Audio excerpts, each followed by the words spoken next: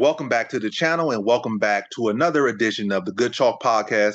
And in this podcast, the title will be or we'll be talking about is mainly what's the best base for MMA? Like is it still wrestling in 2024? Is wrestling still the best base for MMA? But yeah, let's get into it. So right now, let's look at the champions. Like just kind of this basically or quickly kind of just examine the champions. Heavyweight champion John Jones. So he's a wrestler that still looks good. Light heavyweight, two-weight champion, really not currently, but the champion of the light heavyweight division is Alex Pereira, striker. And you look at the last couple champions outside of like really Glover Teixeira, it was like, it was Jamal Hill, it's been Alex Pereira, been Jerry Prohaska, a lot of strikers. Middleweight division, Adesanya Pereira, striker, Strickland striker, Drickett's place he might primarily be a grappler, but we don't he's really an MMA fighter. I can't really say he's a grappler, but maybe he'll say he is, maybe he's not, but it's not you can't really say I wouldn't look at his technique and say he's a wrestler. His wrestling's not that good. So I would say he's a wrestler, but he's a Dricus. Then you got welterweight division. Like who's the current welterweight champion? Welterweight champion Leon Edwards. Right. And he beat two of the best wrestlers in that division's history. He's beat Kamaru Usman twice now, and he's beat Kobe Covington. I'll wrestle him a lot of times. Then lightweight, Makhachev, that's the wrestling. Featherweight, Volkanovski, I'll say primarily striker. Might say he has a wrestling background or this and that, but I feel like primary striker. Max Holloway came in and we have no wrestling, striker. And yeah, Piotr Jan was a striker at that division. Oh, now O'Malley at bantamweight, the champion, is currently a striker. So the striking seems like it's going pretty well. But how you feel? Like, what do you feel with the best base for MMA? So let's kind of just throw some out. You got striking, you got BJJ, you got boxing, you got let me just keep it broad. Striking, you got wrestling and BJJ, or you can say grappling. Well, I'm gonna make a little bit less broad. So striking, BJJ, wrestling, and this pure MMA. So what would you say is the best base? So you got striking, so any type of striking background. Let me just even some of them. So striking, grappling, or MMA, like a straight MMA background. So it's better come like a special, like from a striking background, like I was a Olympic gold medalist boxer, or I was an Olympic gold medalist wrestler, BJJ, judoka, or whatnot. Or the best base, or I just came in the gym when I was 4 years old and whatever, and was built up doing MMA, like maybe Rory McDonald or something. That's a good one. Who build up is an MMA fighter, not as a former wrestler, not as a former boxer, but straight up in his career was built off wrestling. Another great one to mention, the other thing that GSP. GSP's background was karate originally. His background was not wrestling. I don't think he had a single bit of wrestling background, and he transitioned to one of the better wrestlers in MMA history. Because MMA wrestling not action wrestling, it's a whole different thing, and his timing worked well with it. So GSP ended up being one of the best wrestlers, and he came in from a karate background. But so what do you say? You feel like it's better come from a specialist background in striking, grappling, or do you feel it is it's best to come in from MMA, a pure MMA background, like no specialty? I think of like the three of them like rock, paper, scissors. You got rock wrestling, uh, scissors striking, and paper like BJJ, grappling, and a mixture of. I think styles make matchups.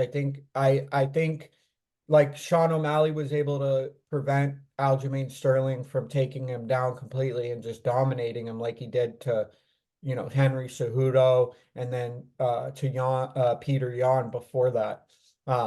So I think if the person has good takedown defense, like they're better off if they're a good striker to have better defensive wrestling than offensive wrestling. But I mean, it all depends. If the person's like Khabib, who's just like nobody could stop him, then obviously wrestling prevails over everything. But then you have people like Hamzat and Gilbert Burns. Gilbert Burns was able to prevent uh, Hamzat from taking him down and stuff, so he did pretty well. And he's just a BJJ champion. And I think people like Rodolfo Vieira, like just who are just steamrollers when it comes to wrestling. I think those people are probably the most dangerous. Like Islam or Khabib can be as well. I honestly I think like the fight between Chito Vera, two strikers mainly, Chito and Sean O'Malley, but Cheeto might come into a game plan where he tries to wrestle Sean, and Sean doesn't expect it, so he gets caught off guard a little bit. Anything could happen, but I think the most dominant thing in MMA is wrestling slash BJJ, because someone who's really good at BJJ may not be a very good wrestler, but they're really good at BJJ. So like it doesn't really matter, and they're super strong and they're super, they can see what they need to do. So I think I love like the dynamics of it, but I think ultimately it's always going to be the guy who can wrestle, who has the best cardio, who has the biggest advantage if that's their strength. Now, for people who don't do it, like think of like Charles Jourdain. He's I saw him mostly as a striker until he fought Con Gracie and kind of showed that he can do everything. Um, but then he just lost, you know what I mean, in a striking battle. So some people do lose touch. I don't know. I heavily favor wrestlers when I bet, when I pick people to win. And that's because they've shown time and time again their cardio can be good, and also they can do stuff that the other person can't do, and the person can't do anything about it. So when that happens, it's just like it's magnificent to watch, because like they're both trained killers and one person's just able to dominate. I think that's probably the funnest thing to watch. So what do you think? Mm, I disagree, to be honest, because I feel like wrestling is one of the most I guess energy exhausting disciplines. And I feel like wrestling of all the disciplines, it doesn't replicate real fighting of all the disciplines. Like BJJ, like at least original wrestling was probably more designed for, actually fight. Like all most of the things are designed to fight in their origins. But I feel like wrestling has gotten so far beyond, or so has left its origins so far in the past, like pancration and whatnot, so far in the past that it lost its real like connection to a real fight. You might be in good condition to slam a guy on his head that you're far superior to, or something like. But wrestling like by itself doesn't really have any true like, especially most guys that's these Olympic champions and this and that. There's no real finishing to it. Like you might pin a guy, you got a couple of submissions that can cause guys some discomfort, but anybody that's like real trained, you probably be the highest level wrestler. Like there's really so limited ways to finish the fight. And then as far as wrestling as a sport, the minutes be like what, 2 minutes, 3 minutes, it'd be like two rounds or 3 rounds. So it's not like is boxing like you have what you're a world champion boxer, you'll go for 12 rounds, like what three 12-minute rounds. That's a much more extended fight. So wrestling cardio is usually much more exhausting over a much shorter period of time. So again, like 2-minute rounds and like three of them. So it's like the level of cardio you need, they might have great cardio and whatnot, or to some extent, most wrestlers I feel aren't having they don't have the cardio to wrestle as much as they would need to when the going is not going easy for them. The moment somebody start defending their takedowns, they start getting hit with some punches that the wrestlers don't get punched. Honestly, they don't get punched in wrestling. They don't go those rounds. They're not really equipped for a real fight most time. So the moment you start to put them in a real fight and stuff the takedowns, they just start to fall apart. And as much as they start talking about wrestling was going to be the wave, all these NCAA guys going to come out. Like there's like what 12, 13 weight classes of NCAAs. This NCAA champion built every year. And how many of them are we saying in MMA dominated? We've seen a couple of them go on here, fall flat now. Like, Ed Roof was supposed to be a big star, 3-time NCAA champion. He just didn't materialize. I don't know if he's still trying to go at it. So we're seeing more and more of them not really be able to materialize. Like, so, and I think the reason for it, because they're not typically built to, like, they're not really fighters in that sense. They don't I fight those look many people minutes. like I looked at people like Bo Nickel. I looked at people like Daniel Cormier. I looked at people like Henry Cejudo, Marab.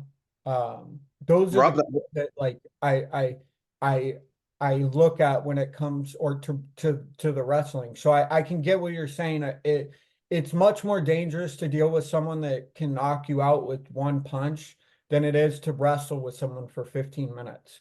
Like Obviously Sean O'Malley just needed one good place shot to put Aljo down. And if Aljo, you know what I mean, was able to defend that, he probably would have dragged Sean O'Malley into the deep rounds and maybe would have got the rear naked choke on him. You never know, but it's more dangerous to deal with the striker.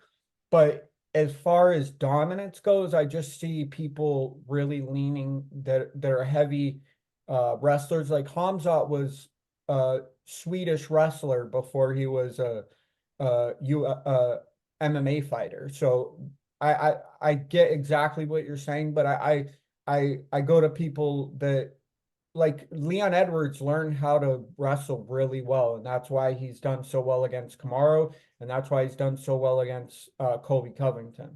And he's come a long way as a striker who can now defend against people that are you know what I mean, lifelong wrestlers. So I get what Yeah, you're saying. yeah. I can feel like in a sense of a peer fight, but even then, like you can say in a peer fight, wrestlers don't really got no finishing ability, so they might even lose a striker in a peer fight. But if you look at back in old MMA, BJJ was superior because again, wrestling don't have no real submission aspect to it. So they could take people down, but then they just get tired. They could take you down, do all these fancy submit takedown. Eventually, you get tired. The guy like slap a triangle on you, or you go for a takedown, extension that you put in a guillotine. And you see all the time these high level wrestlers go in and they begin to tapped up by white belts and purple belts and stuff because they don't have wrestling don't have no finishing element to it. And like BJJ, like athletes equipped for that stuff, so they can deal with a guy. Yes, you got great takedown and great takedown defense, but probably got great top pressure. But when you put on your back, you ain't got nothing, and from the top position, you ain't got nothing. So like you could score some points, but you can't finish. And even what you're saying, like I said, GSP, you got better at wrestling, but I think also it's easier, not easier, but I feel like as things go over time, I feel like strikers are doing a better job adjusting because they're more adjusted to fighting long rounds, being in fights, been hit to the body, been hit to the face, been able to have better cardio. Like they're used to, and that training kind of is built for that. You see how much cardio it is and to box for all those rounds and stuff. Whereas again, wrestling, again, just a lot of times it's about taking down in top position, being tired. And I wrestle this myself, so I understand where wrestlers like kind of take time off or take breathers out there that you in a fight like it's not you can't take as many breathers in a striking matchup. Like the high level guys can learn ways to take breathers in there, use the clinch like in boxing to take a breather there and let the ref untangle them a little bit. But yeah, I still even feel generally it's just so much more exhausting to wrestle than to strike. Because striking, you could just like touch somebody with something like keep tapping the jab a little bit, and then you start busting that nose or busting the eye up, jabbing the body. Like that's not really exhausting, especially you train it all the time. Then like you're not really exhausted doing that. But wrestling, I feel like the average wrestler in MMA right now with post TRT and all these other drugs, like since I don't know if that's gonna come back now because that's a different thing. I think that was a big shift because wrestling's so exhausting, but guys were able to wrestle longer because they were literally on drugs and UFC and the MMA organization was allowing it. Then also you saw when that goes away, now all of a sudden those wrestlers that had all that cardio for the most part outside of Rob Duvall really everybody else be having like three good takedowns in them the whole fight. And once they can't get those three takedowns or you get up, they just be looking exhausted, looking lost, and don't have no other path to victory. So I feel like strikers, you can lay on a striker for like 15 minutes or of a 25-minute fight. They get up in that round 4 or whatever, and then they start getting a little bit going. They start flowing a little bit. Wrestlers I just feel like they don't be having that second win. But I don't know. It's definitely is one of the stronger things, but it's looking like it's definitely shifting more. Like strikers are making better adjustments and becoming better mixed martial artists because it seemed like the average, even the outside like Khabib and a few strikes, it's only a very small percentage. Even Aljamain Sterling, he had like I think I don't know if he did NCAA, but he I definitely did think he JUCO. I was don't know if he did JUCO, to be honest. Him and John uh, Jones. And, John Jones, yeah. yeah. So yeah, they did a pretty decent level, but they didn't go NCAA. They could have went NCAA, but yeah, like Aljo, like he don't have the most phenomenal cardio. At least it don't seem like. I feel like at the point his cardio started to dip off, and he just kind of had to go desperate for takedowns or just kind of do flailing strikes until he gets his second win to go for a takedown. Right. So yeah, it's like this hard thing, but enough on that one. But as far as do you think that trend will continue where strikers are becoming more champions? Because I'm not saying that it's still like you would ask me a decade ago, I would feel like all these NCAA fighters would have taken over taken over MMA, but they aren't. You might say, oh, this guy and this is the guy, but you're saying way more strikers and guys come over, even more BJJ guys come over and have success than BJJ world champions come over and have success than NCAA champions and wrestlers and Olympic gold medalist wrestlers. You're saying it's only so much small percentage of them are in it. You could say DC, you could say Cejudo, and you could say Khabib, or say some of these people. But it's like a small percentage. And Right, Islam yeah. Makhachev, I he has just good think the wrestling. people who dominate are heavy wrestlers. Like the people who are like it's really hard to get them. Like I know Hamzat's last two fights have been kind of lackluster, the one with Kamaru Usman and the one with uh Gilbert Burns. Like I mean lackluster in the sense that like everybody's seen Hamzat just dominate. So I think the people that have a good wrestling base are just a little bit ahead of the people that have great striking or great even BJJ. I think that base of wrestling it gives them a little bit of an advantage. Do I think 9 times out of 10 it's going to be the striker who knocks the person out? I don't know. It's so wild. You could like I've seen you pick so many people right, but I've also seen so many people just upset the card completely, like just madness. And so it's for the striker, they're more dangerous, 100%. Like no if, ands, or buts about it. Sean Strickland proved that just he could Philly shell Israel Adesanya, which was crazy. Nobody expected that. But it was his striking that got it done, not his wrestling. And you would have expected his wrestling to be, the thing that gets him the W, but it wasn't. So I definitely agree on a high level that if you're facing a really good striker, you better be on your game. Like Benoit Saint Denis versus Matt Frevola. Both guys have a good base as far as wrestling goes, but their striking is what gets the job done. When Matt knocked out Frevola or Drew Dober, and then when he got hit by Benoit Saint Denis. So I definitely think striking is the more dangerous approach if the person's a striker, but I think if you're Bo Nickel, Hamzat, Khabib, Daniel Cormier, Henry Cejudo, and you have a really good wrestling base, I think you have just a little bit of an advantage. I don't think it's so far that it'll dictate every division, but I think that it gives them a little bit of an edge. Where's that little thumbs up coming from? I don't know. It just popped up. But yeah, but it seems like the trend is trending more so to strike. Do you feel like that trend going to persist, or do you feel like it's going to shift Oh, back to heavily. wrestlers Yeah, truly dominant? Because you can say yeah. Khabib and Khabib and Islam and really Russians fighters. It's all these divisions. You can feel like Russians have so much success, but how many of them actually became champions? Like, really they just kind of confined to like maybe two divisions out of like 8 or 9. And, Khabib was one. Same camp. So it might seem like they have so much success, but I feel like you might look at did the numbers. I think it's been just about as many champions. Champions. Are you sure? Yeah, No. I feel that uh to put it simply, I feel that the strikers are always going to be the ones that have an advantage as far as like the dangerous side of it goes.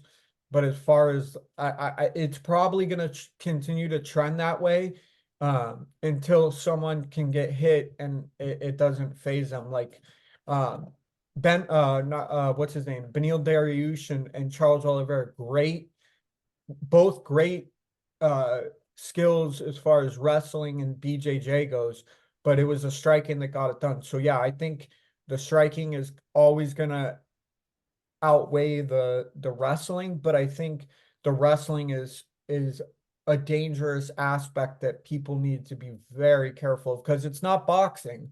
You know what I mean? If you can get taken down, you it's makes it hard for you to be able to do anything else if you're getting taken down constantly. But I think that the strikers will continue to become the champions. And I think here and there, like it happens, the wrestlers will weasel their way in and utilize something they've been doing since they were children. You know what I mean? But I think for the most part, the strikers are going to have the advantage and they'll continue to have the advantage. What do you think? Like I said, I think it's always subject to change, but I feel like it's a clear reason why they are shifting. I feel like again, wrestling is a very tiring thing. Even though people feel like it's like Khabib is so unbeatable, or this is so unbeatable. I feel like wrestling is once you learn how to the mechanics of it, how to defend it. Even the best wrestler in the world is ways to defend that takedown, and it's so exhausting to go for that takedown, so demoralizing to not get that takedown. And it's like versus striking. A striker can miss a head kick and they just go back, throw you 100 more head kicks, like cardio kickboxing out there on you. But wrestling, like it might seem so powerful, but it's such an exhausting method of fighting when, especially when it's not going well. When it's going well, it's the greatest thing in the world. When it's not, it's like I wish I could strike. Right now, I wish I would have taken up striking classes. So yeah, it's definitely a hard thing. Like, but when you somebody who really like, again, like a Khabib or Marab, well, Marab got a phenomenal cardio, so that's he like the solution to it. Like, if everybody hits cardio, wrestling will obviously be the best background because you go over 100 takedowns and it's spam takedowns all day, whether you get them or not.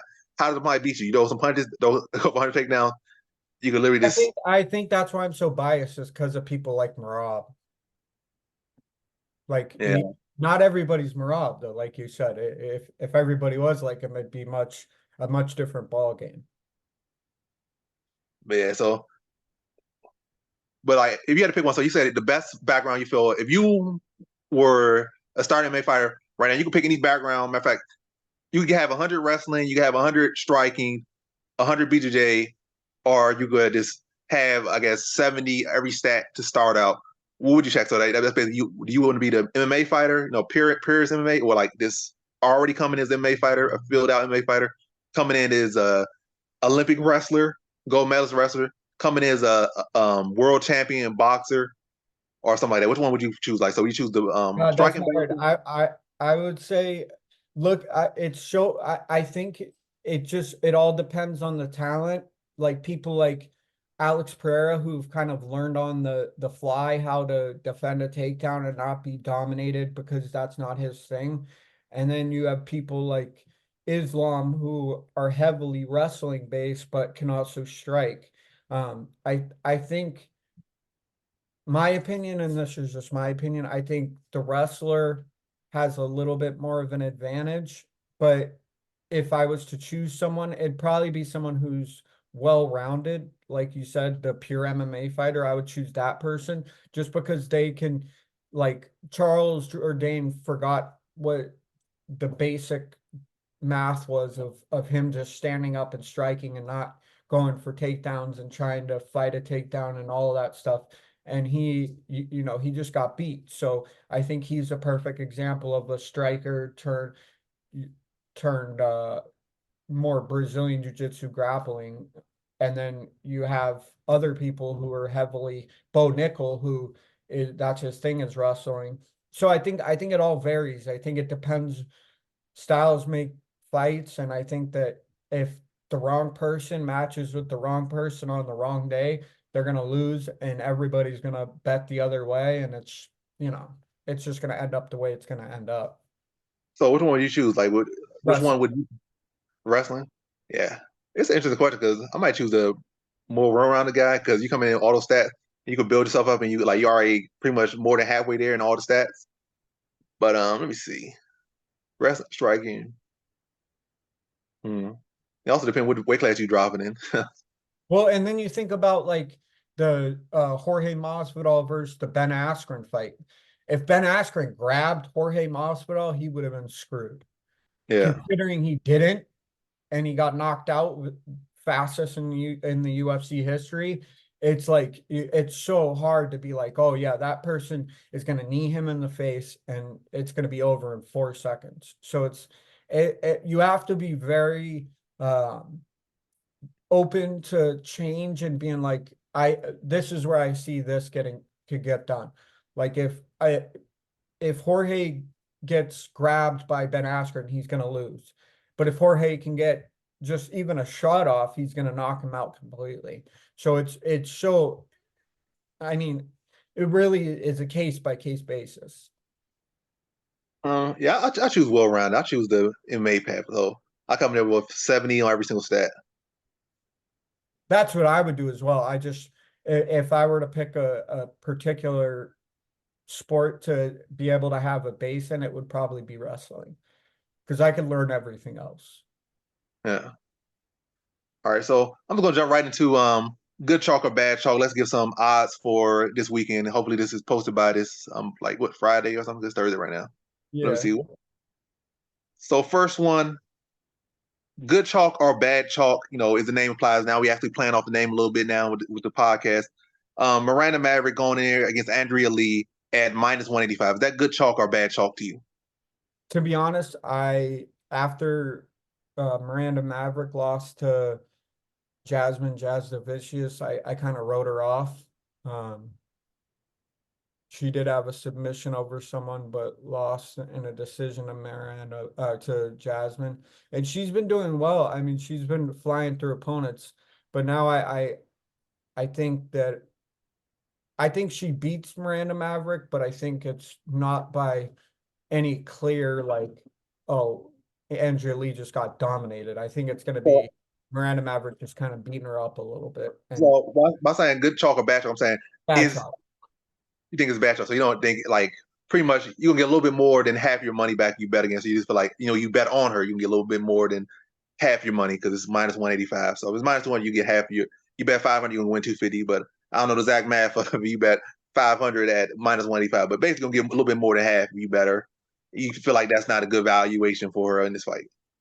No, I don't the first two fights I don't like either fighter. If Val Woodburn can can prove that he belongs in the UFC, then that's one thing. But between Miranda Maverick and Val Woodburn, I'm like I don't have much faith. I'd have to see Val Woodburn fight. I'd have to see Andrea Andrea Lee against Miranda Maverick. So I think that's a bad chalk, and I think the next one's a bad chalk. And then after that, I'm happy. I'm happy with all my picks. And you jump right ahead. Like that was gonna be the next Yeah, one. But I'm anyway, sorry. I it was the first two. I really tried to be like, all right, these are two fights I need to watch. These are two fights I need to be, and I'm just not interested in either one. yeah, me personally for Miranda Maverick, I would say that's good chalks. So a little bit more than half your money back.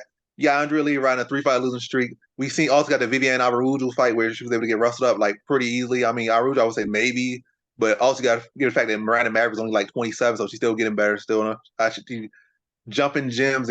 Well, not even jumping gyms. She's like prospecting different gyms to get the right training partners. Get the right, I guess, scrap she needs to get better. So I think she can match the volume pretty well, and then she can make some takedowns and edge out a decision. I also think in a close fight, the judges are more likely to give the younger up and coming fighter a win than the fighter who's like pushing 40. So I think that's a pretty good valuation for everything given that fight. I think it's a tough matchup, and also it's not like Miranda. If Miranda Maverick had terrible wrestling offense and she had a terrible chin, that'd be a harder fight. But the fact she has a 30 chin, she has good wrestling, and she can put a good pace.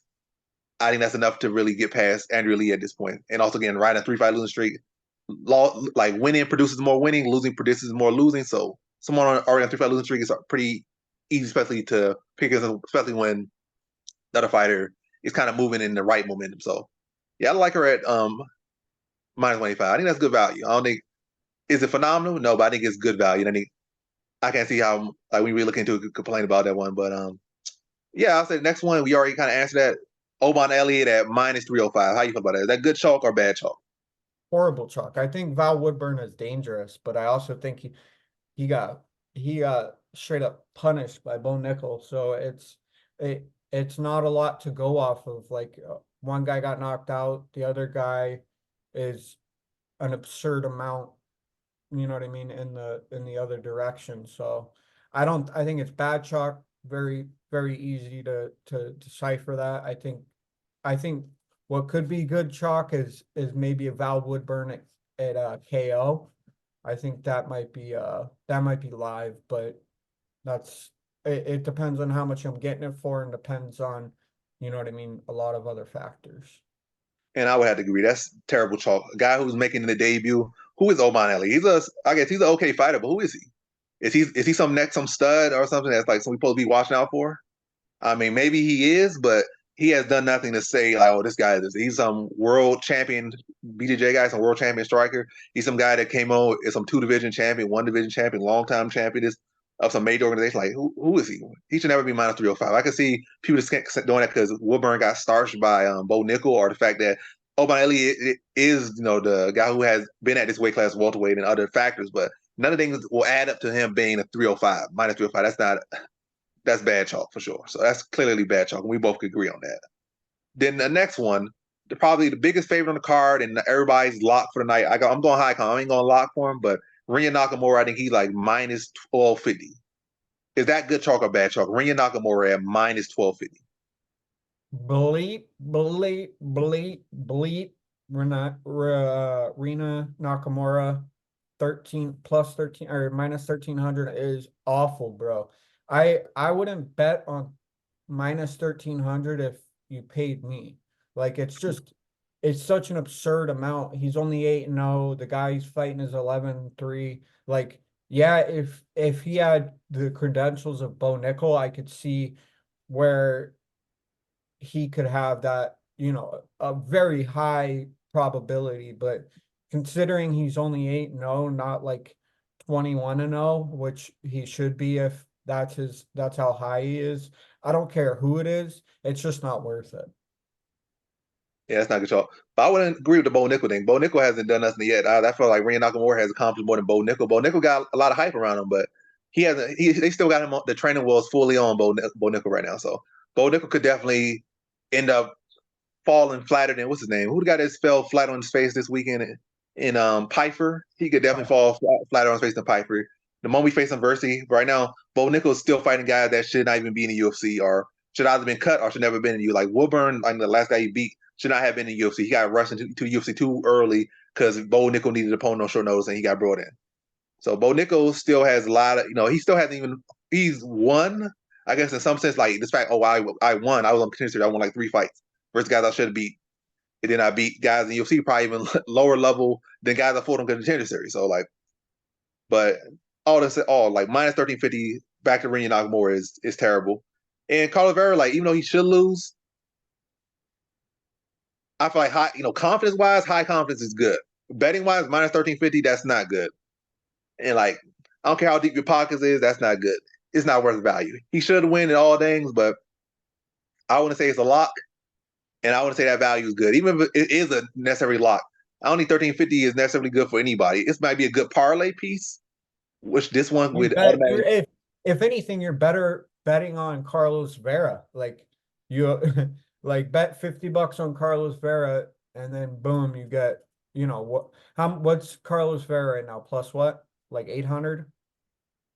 Yeah, Yeah, so you bet $20. You're better off doing that than you are betting. but I think what the value is, I think they so much think he's gonna steamroll him that Rinya Nakamura by decision like plus 800. So that's where I feel the value is because Oh, there you go. Yeah, I yeah, like that. yeah, Rinya Nakamura for Fernie Garcia, who was I feel lesser than Carlos Vera. He took him to the decision. And so I feel like Carlos Vera with his BJJ skills, he could keep himself in the fight. And I feel like he's dynamic enough of a striker to keep the fight, himself in the fight that the overs and decisions should be good for him. But straight up money line on that, that's just not good. I wouldn't even say parlay is not the greatest parlay piece. And let me see how many other I'm people. gonna clear away from that. Let me give one more. So let's see. One more. What's her name? Amanda McKenna, Limos at minus 135 versus Mackenzie Dern. Good chalk or bad chalk? I like Mackenzie Dern at plus money. I think she can be dangerous. She got put in place um by Jessica Andrade, but I think she's live for an upset. I think if Amanda Lemos isn't careful, that Mackenzie Dern will capitalize where she does well. But I think as far as Amanda Lemos goes, I think it's okay. I wouldn't say it's great. I wouldn't say it's terrible. I wouldn't say it's, good or bad. I would just say it's okay for Amanda Lemos. And I would probably bet Mackenzie Dern by decision because I think she's going to learn a lot from her fight with Jessica Andrade. I think she's going to be able to take away a lot, and she might be live for an upset. So I have good chalk on Mackenzie Dern and okay chalk on Amanda Lemos. There's no good chalk or bad chalk. I mean, there's no okay chalk. There's either All right, I'm gonna go bad chalk. bad chalk. So yeah, bad chalk.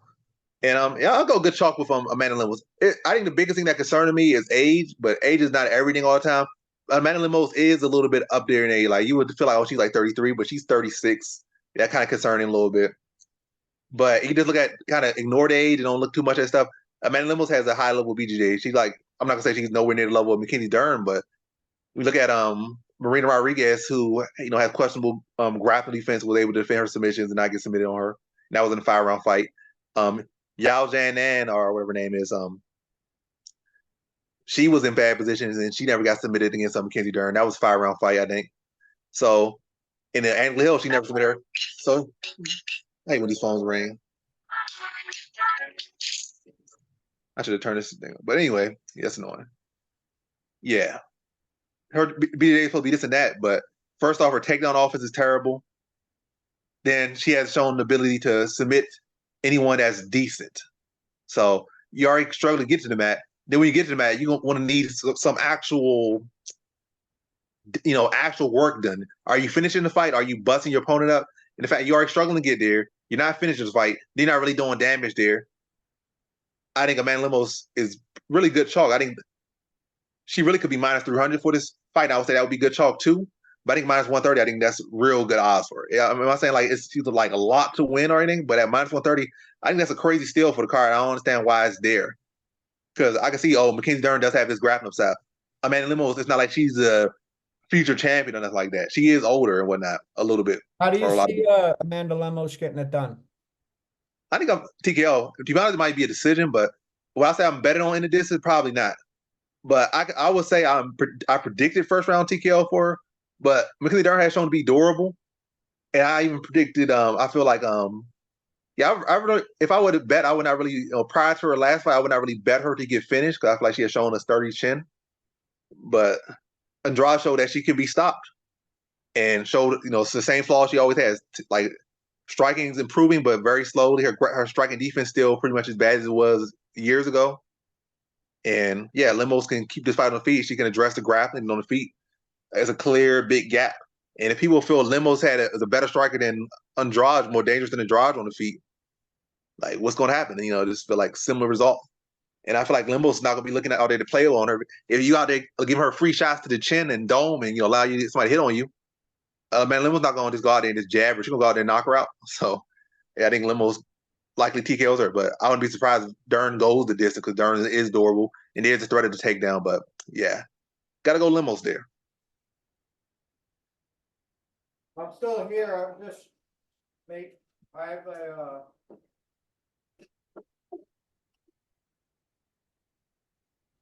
Yeah, that's pretty much the video right there. We already kind of talked about what a couple of them, like the Maverick. We talked about the Elliott. We talked about the Nakamura. We talked about the limo. So that's pretty much all of them. So that's really the video right there.